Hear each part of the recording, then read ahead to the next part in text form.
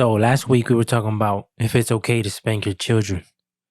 And this brought up a comment by Cherry Cell 6715, basically asking us to go more in depth as what we consider abuse when it comes to spanking. And I was like, this is interesting because I was talking to our cousin about this not too long ago. And she was asking me like would I spank my kids? And I said I would. I was like, I would. Because I think that's just disciplining them. And she's like, but I don't think that's more efficient than like grounding. And in my head, immediately I'm like, yeah, it is. If you hit your kid will fear you. So he's less likely to do the bad thing. So she said, did you get hit when you were a kid? And me being raised by Mexican parents, I'm like, yeah, of course I got hit with the belt. And she's like, okay, and did you still do the bad stuff afterwards? And I'm like, okay, sometimes. She's like, so see, it didn't stop you. And I'm like, okay, that's a good point.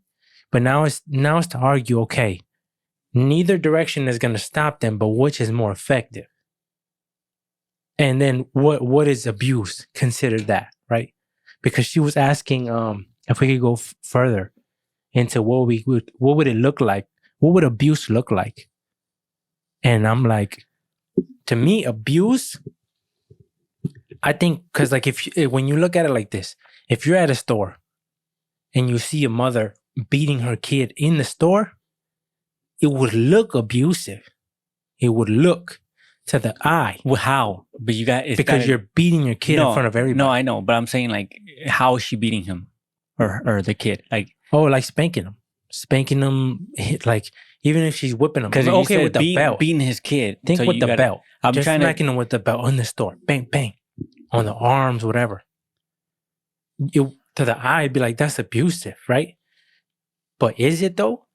Because if you're taking care of a kid, if you're feeding him, clothing him, taking care of him in every way, and just hitting him when he acts up, that's not abuse. But people just see, they don't think of like, there's no way to see from that moment backwards. Exactly. So we can't assume. All they just see is a kid getting hit. Yeah. But that's all they see. That's all that matters. That's why a lot of people be like, mind your business. Yeah. Well, you're next. Huh? Right. You're next, Sheila. Because it's like, because I don't know the right answer to that. What is abuse? I don't know. To me, abuse to me would be like not feeding your kid for a day as punishment. That's abuse to me.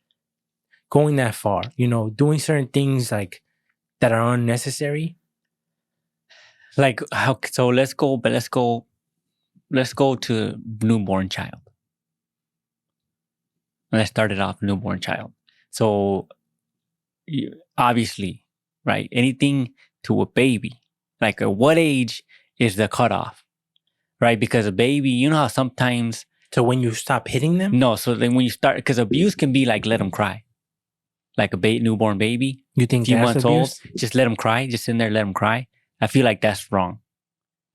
For a newborn baby, you just sit, he's just crying, and just because you don't want to deal with them or whatever, you just let him cry and you go somewhere else. I feel like that would be borderline. Like, hey, that's abusive. What is the punishment for right? that? And I don't know, but I'm just saying, okay. Like, it seems messed up. Internally, my thing sees that's wrong. Messed up. That's wrong. Okay, that's wrong. Okay, but I'm not saying like there's got to be an age where you're like, okay, we can start spanking. I think that's when the kid is old enough and is understand and able to understand. If he understands a lot of things, then he understands not to behave. If he does something bad, it would just be like, of course, if your kid is small, you're not gonna whip them hard. Right? So like a little flick. You just gotta a flick to the nose. So obviously Boom. you gotta adjust to the kid, to the size of the kid, the age of the kid, to how. That's why it's hard being a parent, because it's like there's too many rules. There's so much shit. Yeah, and I think but to me that's not abuse. That's what I was going, because she was saying that she believes in spanking, but she said, I think it's important in today's age to distinguish between abuse and discipline, and I think there has been a lot of teaching on this. There hasn't, actually. So she was basically like, when I think of that, it makes me think of today's day and age where everything's abuse. And I'm like, okay, I don't agree with that. Everything's abuse to where like even if somebody says, if you take away the iPad, if you take away the TV and isolate them, that's abuse. You think it's abuse if you leave your kid in his room with nothing, just with no entertainment. Yeah, for a week. Like when he comes home, he has no entertainment. Is that abuse? I don't think so. I don't think so. I feel like that's I mean, it's boredom. I mean, being bored is kind of torture, though. You know, but having this conversation with my cousin made me think of like, okay, well, one thing I would do to discipline my kids is physical exercise, because that sucks, yet it's good for them. So it's like a win-win, because I'm not going to hurt them, give them something crazy. But, I seen a video of a father who, his kid, it was a young kid. I don't know how old he is, maybe like 8, 9. And he backtalked his mom. So when he got home, he's like, this is what I have to do, because today's age, if I would spank my kid, I would be labeled as abusive. So what he did was he got I think 10, 15 gallons of water and in plastic, with those handles. He took them to the backyard and he made his kid grab them from one side of the fence and take it to the other side of the fence. So his kid was grabbing all 10 or 15, I don't remember, from one side to the other side. Then he said, okay, take a break. And then he made him bring them back. And he said, this is what's going to happen to you. Next time it's going to be worse. You're going to carry him around the whole house. And I'm like, oh, see, that's interesting to me, because do you consider that abuse? No, I don't. I think that's smart thinking. Because I think, the kid can get hurt depending on what he's doing as far as physical, like the physicality of it. But I feel like if you keep it down towards where it's more of it drains you more, like stamina wise, where you're tired from doing it, I think that is a really good form of discipline. Because the question that comes to my head is, okay, when should the police get involved? Blood? Yeah. You think so? Or bruises? Yeah, because bruises means you're hitting them pretty good. She also asked, which is an interesting question. She said, what is the correct way to give a spanking? And I don't know. I don't know. It's because I can't answer these questions without going to jail. No, definitively. This is the right answer. I don't know. It's just, that's why it's hard being a parent. I think it's a case-by-case thing. It's depending on what he did. It's the spanking very varies. So if it's a small little thing, like he grabbed a cookie when he shouldn't, he's just like, hey, quit your shit. Right? Small thing.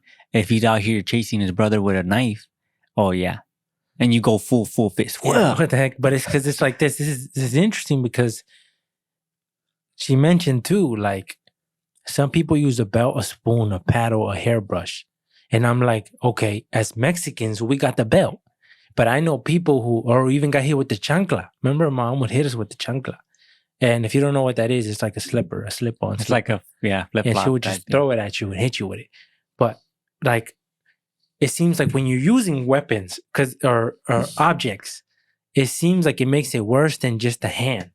If you're just spanking them in the butt with your hand, other than using a belt, using a broom, using a hairbrush, because it seems like different people use different objects.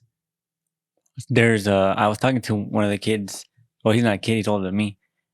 He's 40 something. He was talking to me about his grandma when he was little, and they would say, "Go grab me a, what do you call it? He called it a switch or something like that." And it's like a small branch where they would wrap it. They would wrap it around a stick or something. Yeah, it's like a vine type of thing. Oh, okay. That you can actually wrap into a long thing. You just thread it or whatever. I don't know what it's called, but then they used to say, "Go get it for me, bring it here," and she would wrap it and then she would smack him with it. So it's like you're getting your own. You're getting beat by the weapon that you went and picked out. Yeah, but and then even back in the day, even in schools they would hit you. And that's a whole different story, huh? I feel like I don't think something about putting hands on a kid that's not yours, I feel is not right. But I do remember a lot of Catholic schools with the ruler back in the day. They used to smack the kids. I do remember. Well, I do remember hearing that. I remember I want to say what the principal at our elementary school was hitting kids. And like I remember she pushed our sister and like the police got involved and stuff. I remember that vaguely because we were really little. But I just feel like spanking should be done by the parents only and as a form of discipline when the kid acts out, as far as like one thing, like when kids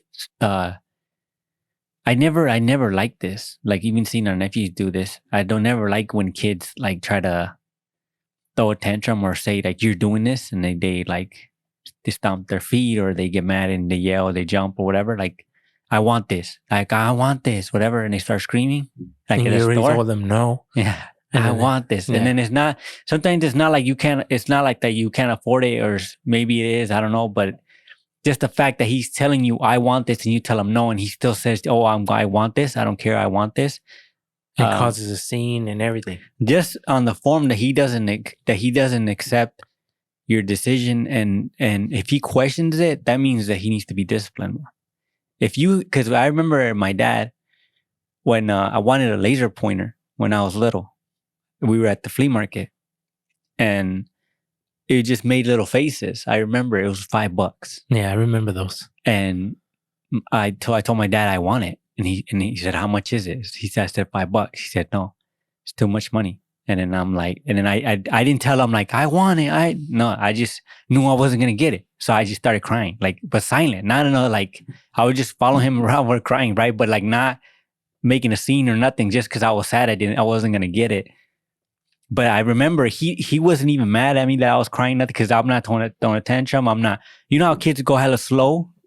They start doing shit like that, like till you pay attention to them. Yeah. Everything was normal as for me. I was acting like a normal. I was just shedding a tear once in a while, but just walking normally. And then he noticed me, and he pulled out $5. He's like, "Go get it." And so I'm like I knew if I told him like, "Oh, I want it," he didn't beat my ass. So I just I remember always thinking of my dad like, I need to listen to him. Like he's the authority. Like, yeah, because there's a certain level of fear with that. And it's not fear because my dad's going to beat me to a pulp. It's just for some reason, like, this is bad. Like, I'm getting in trouble. I'm not supposed to do this. And you have to meet your dad. And it's like, and that's I don't know. Because when I think about it, I think there's no right answer to like, everybody's going to have a different opinion when it comes to like, disciplining your kids. There's people who say you shouldn't hit them at all. And if you hit them, that's abuse. And it's like, I don't know, because I think we have to do some deep investigating type stuff. Because like, how long have people been beating their children? And how does it work?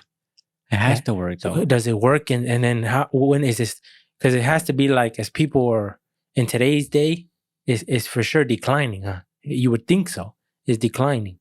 So how does that affect society? And that's where you get all these soft ass kids, hella soft, and you can't tell them nothing. They don't want to do shit because they never been put through nothing.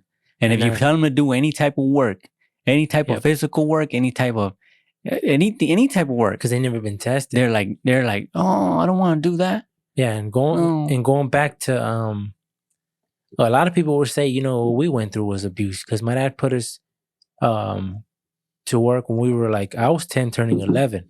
And it wasn't like a forceful thing. It was like, yeah, you have to work, but it was like, I mean, I could have quit. Like, I could have quit. It's not like there's no quitting. I could have, but I didn't want to. But we were working in the fields just to give people, a better understanding. In the sun, wearing a sombrero with a hoe, a gardening tool, and cutting the weeds in the fields, walking miles, working 12-hour days, Monday through Saturday. We would get Sunday off, and we would do it for the whole entire summer, every year. And I did it for 11 years almost in a row, I believe, all together. So when you tell that to somebody, to tell them you are working at 10, almost in a way and looking to your left or to your right and seeing a grown man, 30 years old, doing the same job as you is abuse, right? But I would argue that you learn a lot of things, because my dad would always tell us, you have to know what $1 is worth and how $1 is made. So I would argue that we learned a lot from that. And now that I think about it, though, there's not many people in this world that I've met that have similar that they've done that. I know people who've done the same thing we've done, but just not for the long run that we've done it for. And when I compare myself to a lot of people at any job that I've ever been in any field, people be like, "Hey, you're overdoing it. You're working too hard." And I feel like that comes from us working in. I think that field work it like bred us to be like animals when it came to as far as work ethic. Because everywhere I go, anywhere, I never, when it comes to working, I've never shied away from working hard. You know how people do the minimum? They do the minimum because they don't want to do extra work. I'm always fucking running around doing extra shit and sometimes doing shit for free just because I want shit to be done the right way or I want shit quality. I care about quality. I care about good work and work ethic. My work ethic I like it to be shown. Yeah, and that's like a pride thing. Yeah, that shit. And I think it comes from, because I remember when we started working in the fields and I was a kid and I picked up my hoe, I would work fast because I wanted to impress the older guys who were working there. I would work fast and people would be like, like, look at this kid. And me just being like, they gave me a hoe and it was just a gardening tool, but it was a lightweight one. They had lightweight ones for kids, small ones. And me seeing the big kids with the big one, I'm like, I want a big one. And I suffered with that big one just so I can look cool in my own head. I probably just look the same. But in my own head, I'm like, having a bigger one, wielding one, it just makes me look cooler. Like, oh yeah. Because all the women had the smaller ones. Yeah, and everybody would pick up. I mean, certain men will have the small ones. But to me, it was like, I'm not having a small one. Because when I would pass, sometimes we would be working. And you would get to the end of the row. And people would say like, they would see your tool, right? It would be like, and they would be like, let me try it. Let me try it so I could feel the difference. And oh, yours is heavy. They would say that yours is heavy. And they were like, and then they would be like, let me use it for like 15 minutes. And they would be like, nah, I can't use this all day. It's too heavy. And then I would use it all day. But I also think it just made you stronger. Huh? You were wielding it. So it's interesting to me because maybe that is what happened to us. Why we in every field we step in, not only do we excel in it, but we do good work. Because it's like doing the minimum is, in my head, laziness. Because my dad always said, like, you got to work. You're getting paid to work. So you got to do your job. And a lot of times they would tell me the same thing you just said. Hey, you're working too hard. When I was working in Baycast, there was a guy who came to me and said that, why was I working so hard when I'm not making money? Like, I'm making the same amount as him. And why am I working hard? And to me, it's not like I'm like doing my hardest, whatever. It's just me working. And to me, I like to see progress. You know, when I'm working on something, I like to see progress. I don't just sit here, because there was people who would just sit there with the grinders and they would just leave it there and just let it grind, whatever, until they seen somebody, and then they would get busy. You know, and that's why they wouldn't get things out. You were assigned a certain piece, like a piece, a metal piece like this, and they wanted you to complete it as fast as you can. And it would take people like 3 days. And when it would come to us, it would take us a day. So when people seen that, they started giving raises. Well, not to me, because I wasn't there for too long. I don't think I got a raise from what I remember, but my dad, he was getting raises. And even the boss told me, your dad does the work of 3 men. And in my head, I'm like, well, he should be getting paid, right? There's 3 men worth of wages. But he wasn't. But he was just getting a couple of dollars more. And then people get upset because they say, oh, why is he getting this much money, right? But it's because they give it to those people who deserve it. And if you're doing the bare minimum, it's not respected. I know, I get it though. I get it. Like, you're only getting paid 8 and shit. Like, why are you going to kill yourself? But in my eyes, this is not killing myself. This is just what I'm used to, like what work is. Output, regular output. Yeah. It's not overdrive. When I do overdrive, it's crazy. I need music though. When I go into overdrive for, like, I'm trying to knock something out, I need to be left alone. There's studies that show that when you get distracted and shit, it takes you like 15 minutes extra or whatever to get back into the groove. And I can relate to that because there's been a lot of times where I'm doing something and then I get pulled off and I come back and then the flow's gone. My flow is gone. So it takes me, if I even get it back, sometimes like I can't get it back. But I need music though. Me too. I would always have music in all the jobs. Even if the job said no music, I would still use it. I'd be like, no, I'm going to use music. I'm going to do my job. Yeah. I'm going to do my job, but I'm going to wear my headphones. Like, whether you like it or not. It's just I have to. A lot of times, and then they would even see me. But once they understand that, okay, this guy works, they don't mess with you over some headphones, unless you're in an area where it's dangerous to have that in, then it's different. But I think it really is just a pride thing of like wanting to. I don't know what it is exactly. It's nice though. I like I like that part of me. The hardworking, good ethic, good work ethic. It helps me feel more confident in this world, like not being scared of it. A lot of times my dad has said, like, don't let the world cave in on you. Like the world ain't stronger. Yeah, like no matter what happens, like it's not the end of the world. Yeah, like the world will never win. That's the view you should have. And when I get the feedback from others in my places of employment that I've been about how, like, this dude works, it builds that confidence more of like, it doesn't matter what field I'm in. I don't give a fuck what field it is. I don't care what it is. It could be knitting. I don't give a fuck.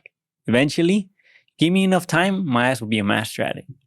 Yeah, and that comes from, I think when I think about it, I think a lot of that came from my dad, and it came from my dad's discipline, because my mom was always just too loving. She's always been too loving. She was never stern on stuff. Like, she was forgiving. My mom was more forgiving. My dad was more harsh. As a mother should. Huh? Yeah, as a mother should. But as a dad, you have a job to do too. And I think my dad, that's where it comes from. Because I remember working alongside my dad for years. And the whole time, I never wanted to let him down. My dad has sayings of like, if you pick up a shovel, I can know if you know how to work or not. So when I pick up my shovel, it was always with like, I didn't want to disappoint him. All the time, I didn't want to disappoint him. I wanted him to say, oh yeah, my son can work. And everybody, and even when we were working in the nursery, planting trees, the guy who was the head of our group, he had to tell my brother-in-law to tell me, hey, tell him he doesn't have to work too hard. Like, what person tells you, chill? Like, it's normally like, pick it up. Yeah. Hey, they're telling me, like, chill, because they see I'm sweating and I'm getting, because to me, I think it is an ego thing too, because it's like a prideful thing. Like, yeah, look what I can do. I can do more than you. And it's always like, I remember when, it is a pride thing, because I remember when I was in Mississippi, the guy who worked there, a friend of mine, he's like, I work harder than you. And I was like, no, you don't. I work harder than you. And then I'm like, and I bet you I can work harder than you. And he's like, and I can prove it. If you want to prove it, I said, you can get the tractor. You could scoop up a whole bunch of dirt right from the ground, put it down, and we will scoop in that dirt into that hole. Shovel it back, right? Shovel it back in? Yeah, to shovel it back in that hole. And we'll do that over and over and over until one of us gives up with no water. The first one to pass out, the first one who gives up, we'll see. And he was like, oh, hell no. Like, and I think maybe he's no like, water. You're taking it too extreme. But okay, give us water then. Give us water, whatever. Like, that's how I am, and that's how I realize. No water, no breathing. No food, no nothing. And it's like, because I've been there. And that's why I'm cocky and confident, because I've been there. I've been there working a 14-hour shift with no food, just water. I've been there. And a lot of times it's because of my own mistakes, not bringing my lunch to work. And me having to be like, okay, now you don't eat. What are you going to do? Right? Don't complain. And I didn't whine. I could have got food if I took the bitch route and said, hey, I forgot my food. Can you guys like go get it for me or whatever? But to me, it's like, no, you forgot your food. So now you don't eat. That's self-discipline, huh? Yeah. Like self-disciplining yourself. There's moments that I do that too, where I mess up and I'm like, okay, now you're gonna feel this now. Because you messed up. There's no like, oh, daddy, help me. Yeah. That's a big reason why I even went to Mississippi in the first place, because I was just 18. I had barely turned 18. And I went over there to work for 3 months in a house with like 6, 7 strangers that I never even met. I only knew one person. And everybody was 30, 40 up. And I was the only 18-year-old there. So going there, it was weird because it's like, I don't know any of these guys. I can't trust these guys. I got to sleep in the same house as these guys. And we had them, and we were divided by rooms. There was 3 rooms, and in each room, there was either 2 or 3 beds in each room. So I chose the bed near the guy I knew, because I'm like, I got to choose one, so I'm gonna go with the dude I know. You know, he's the best trustworthy out of everybody. But they would laugh at me because I would take my backpack with me everywhere I go, because I'm always thinking, what if somebody steals my shit? I have all my personal information in my backpack. So they would laugh at me like, why do you never leave your backpack? I would take it everywhere. And I was like, why would I? Like, because my stuff is in here. I need it. And it's just, when I think about it, I'm like, it's not a normal thing to do. What kid would do that willingly? Like, just go. It seems like, and it's not like you're going to like on vacation. You're going somewhere out of state to work 14-hour shifts for shit pay. Yeah, sign me up. Yeah. And I think it was always just, like I said, having something to prove in my dad's eyes, to show them like, I am this. And I think like it's already been proven now. There's nothing like, would I do that again? I could do that again. Would I do that again? I just don't make sense anymore. It's not worth it. Based on the pay alone. If it paid more, like a good chunk more for what I feel I deserve for that, then yeah, I would do it again. But it's like, now when I compare pay, I can get that pay here. And it's just not worth it no more. But maybe that's where it comes from, because it has to be my dad. It has to be. It's because I at the time when we were any job, didn't matter what it was just income. And now we have choices.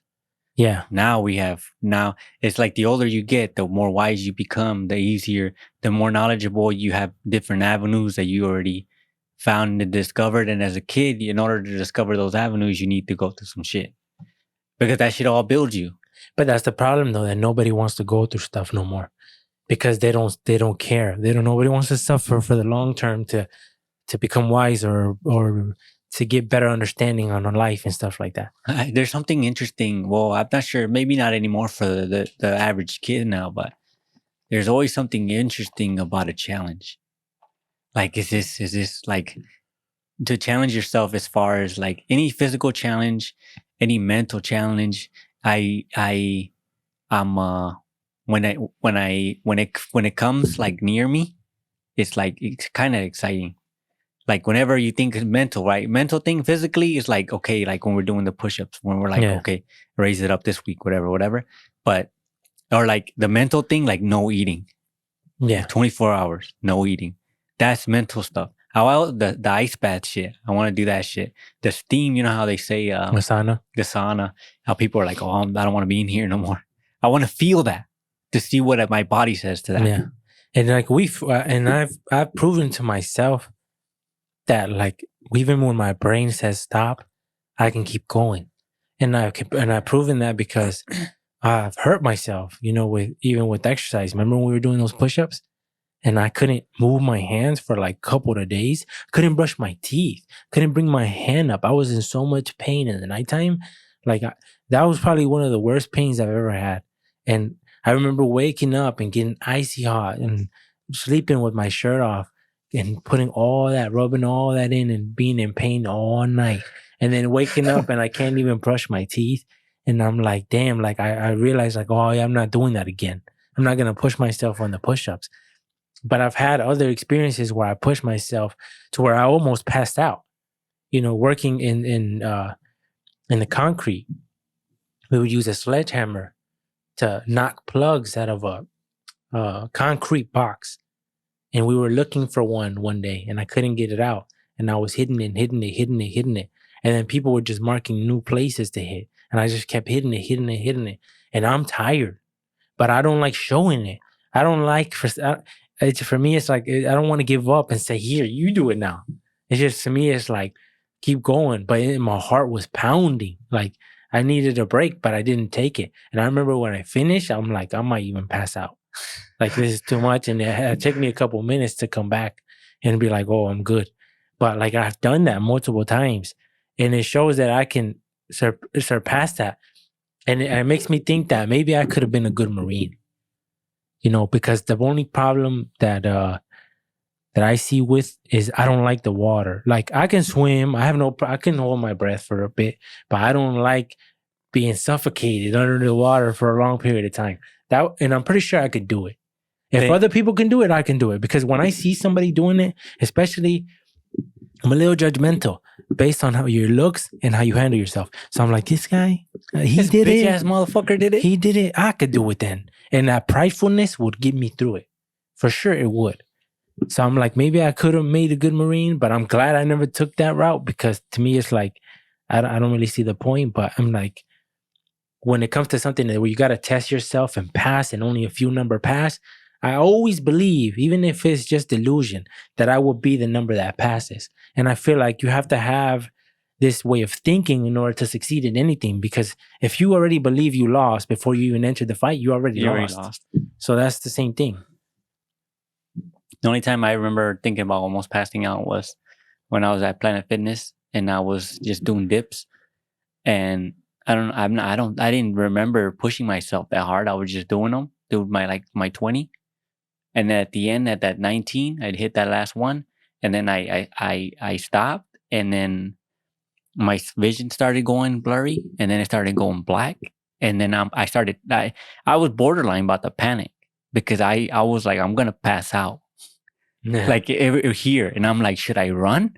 And it's crazy in that point in time, your whole thing is, I don't want to be embarrassed, right? In front of everybody. But I think the average person would say, like, help me, like, yeah, I'm about to pass out or something like that. Because a lot of people don't find shame. And for some reason, we find shame doing the same thing. And it's like, at the end of the line, we're human, it's the same thing. We'll go through the same thing somebody else is, but we don't show it to the end, huh? That's just how it is. My dad never showed fear. My dad never showed fear. Never showed he was afraid in anything. So it's like never cried in front of us. Like, never, none of that. So he put up a real stern image of what a man is, and maybe that's why subconsciously we do that. We try to not show ourselves in a weak state. In a weak state. Yeah, and maybe that's why I think less of men that do. Well, I've learned not to judge men, and I learned not to judge like a mother. I learned not to judge them to who I am, because not everybody is gonna be like me, like on certain morals or certain ways. It's just certain things of like what you should keep and certain like bro code stuff. You know how people used to say that? Like, there's bro code stuff. Like bros before hoes? Yeah, like stuff like that. Like, you don't do, there's certain things you just don't do as a man. You don't do that. Like, to me, like I said this to my cousin. He got married not too long ago, and I told him, a long time ago, I told him, your wife is off the market. Like, in my eyes, I would never look at her in that way. Whenever you got with her, my eyes, it disappears. It would never happen. If you got divorced, if you died, it would never happen. She's gone. She don't exist to me in that way. Ever. It's done, right? I would never do that. Same thing if it was you. If you got with somebody, you died, whatever, and then whatever, I can't do that. I would be a friend to you. I will help you, in your time of need, but I wouldn't get with you. And I've seen people don't give two fucks. I've seen people get with, like, even with their brother's girl or whatever, and have no shame. That's crazy to me. The people are, I think friends like real friends, are probably harder and harder to come by. Huh? People who will take a loss, take a hit for your benefit. It seems like those are harder and harder to find. But it's like loyalty too, right? Because if I wouldn't sit in this room, like say we were interviewing somebody and he was talking shit about our brother-in-law, I'd say, you're not doing that here. You're not doing it here. Oh, in this whole shit right now, we're not doing that. So either we're changing the time. I don't care how you feel. I don't care how you feel. If it's something like if you want to talk about something, I mean, it's because it's no normal. But like, if you're just shitting on someone, regardless, you're not gonna do it here. Not gonna happen here. I wouldn't allow that. Because he's shitting on one of our own. Yeah. You're saying if he shits on one of our own, but if he shits on just a random motherfucker, I think it would also be on a case by case thing. But I just think I couldn't. I wouldn't do it.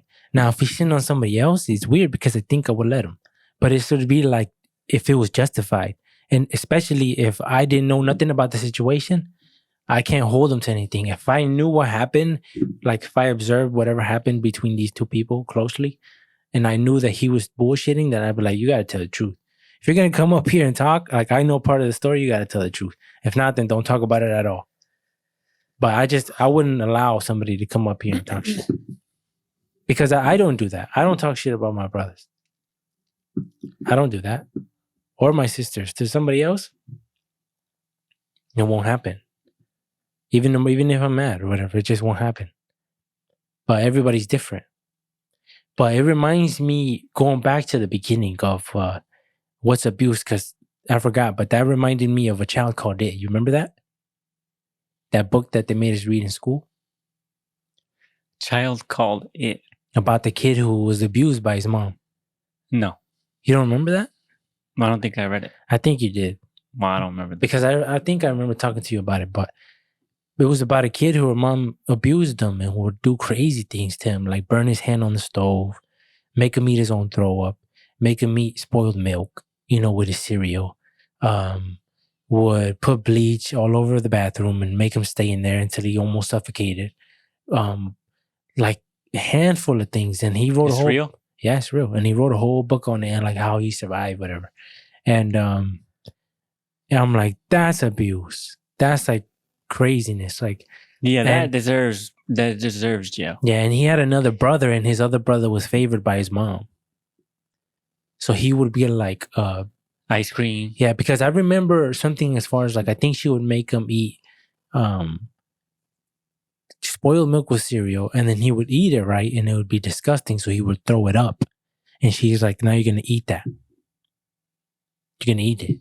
Or she wouldn't feed him for a while. She would keep him isolated.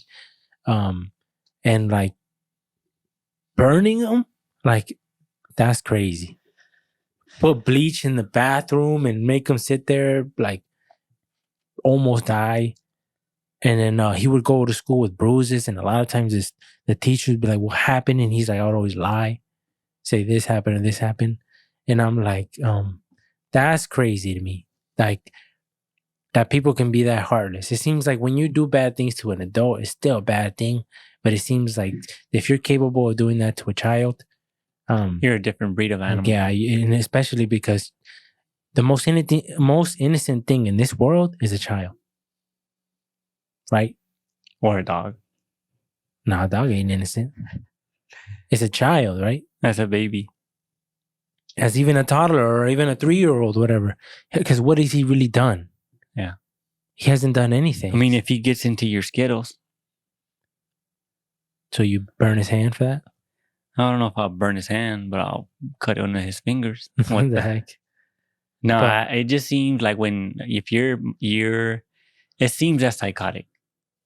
Something's wrong with you in your brain. There's no way that a normal person can be capable of that. If you're capable of that, you're not normal. Something's wrong with you. And then what do you think that is? Like mental, something mental. Like your brain is weird. It's like you think that is real?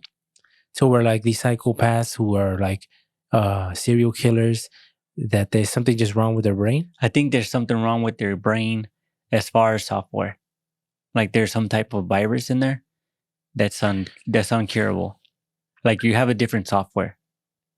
Like it goes for your Android instead of everyone has Apple. Yeah, Actually, your ass is a BlackBerry. I don't know. I don't know because that would mean that it's not their fault, right? Because it's just their software. It's still their fault. It's just to me, how can you, if you get this thing, even if you have no emotion towards it, you still destroyed it. It was a choice. Yeah, it's still their fault. It's only if, I think the only excuse would be like because if you destroy this computer based because it gives you pleasure, then you still deserve to go to jail. Comparing the computer as if it was a human. Like the human, if you kill a human, you don't feel anything. You don't feel any emotions or nothing. You just find joy in killing that man. You deserve to go to jail because you killed him. And you did something out of pleasure. And it was a horrific thing. The pleasure part of it, feeling pleasure from it, is the part of it that's wrong. Right? That's wrong with your brain.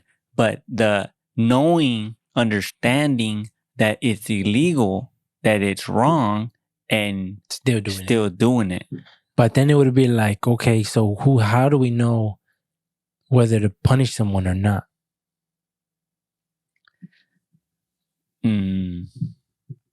Because if a normal person kills somebody and another person, if two people kill somebody, one person just killed the person, went to jail for it, and the second one pleads insanity and goes to the whatever they take them for only 2 years and then they let them out. Is that rare? Is that fair? No. Just because I think killing is killing. I think killing is killing. I think that killing anything when you kill a child, I think that should deserve more. If you kill a child, you deserve more. And then it's like people were like, "Oh, I didn't mean to." Like the kid, the guy who like is like a 2-year-old beat him to death or some shit like that. The guy did that. I seen the video, and it was like, I think it was his mom too. I think they tag teamed the fucking 2-year-old and beat him to death. And they're like, "I didn't mean to. I loved him. He was my one and only." Yeah, right. Those are the people that need to go in there for life, forever. And it's like, and then like give them something. It's like put him in prison, right? Make him feel like shit. Do you think we could find a better punishment than prison? Prison, I think, is shit. It's shit enough. I think they need to do mind games. They need to like treat them like shit for like 2 years, and then they are getting treated like shit in there. Yeah, but like worse. And then put them and then like give like once like one time in 1 week, give them some gushers. Nah, because give them some gushers, some really spicy gushers, and then never give them any candy for the rest of their life. Really spicy gushers. Yeah, that's how you do it. Make sure you fuck them up. I think it's just I don't know. There's no right answer a lot of times because it seems like, how do you justify killing someone? No. Right. And I think, and then I don't know. Like, I don't know. I don't know. It's hard to really, you don't really understand. It'd be nice to somehow be able to grasp upbringings from multiple children very well. It would be tight if we had if we had God judge people in real time. So it's like, then we would all be done then. Yeah, so that wouldn't work because then we would all die. Thank you for listening to the AB podcast. You can follow us in the links below. All our social medias are linked there. If you want to buy some merch, the merch that we're usually wearing in the podcast, you can buy it as well. The link will be below.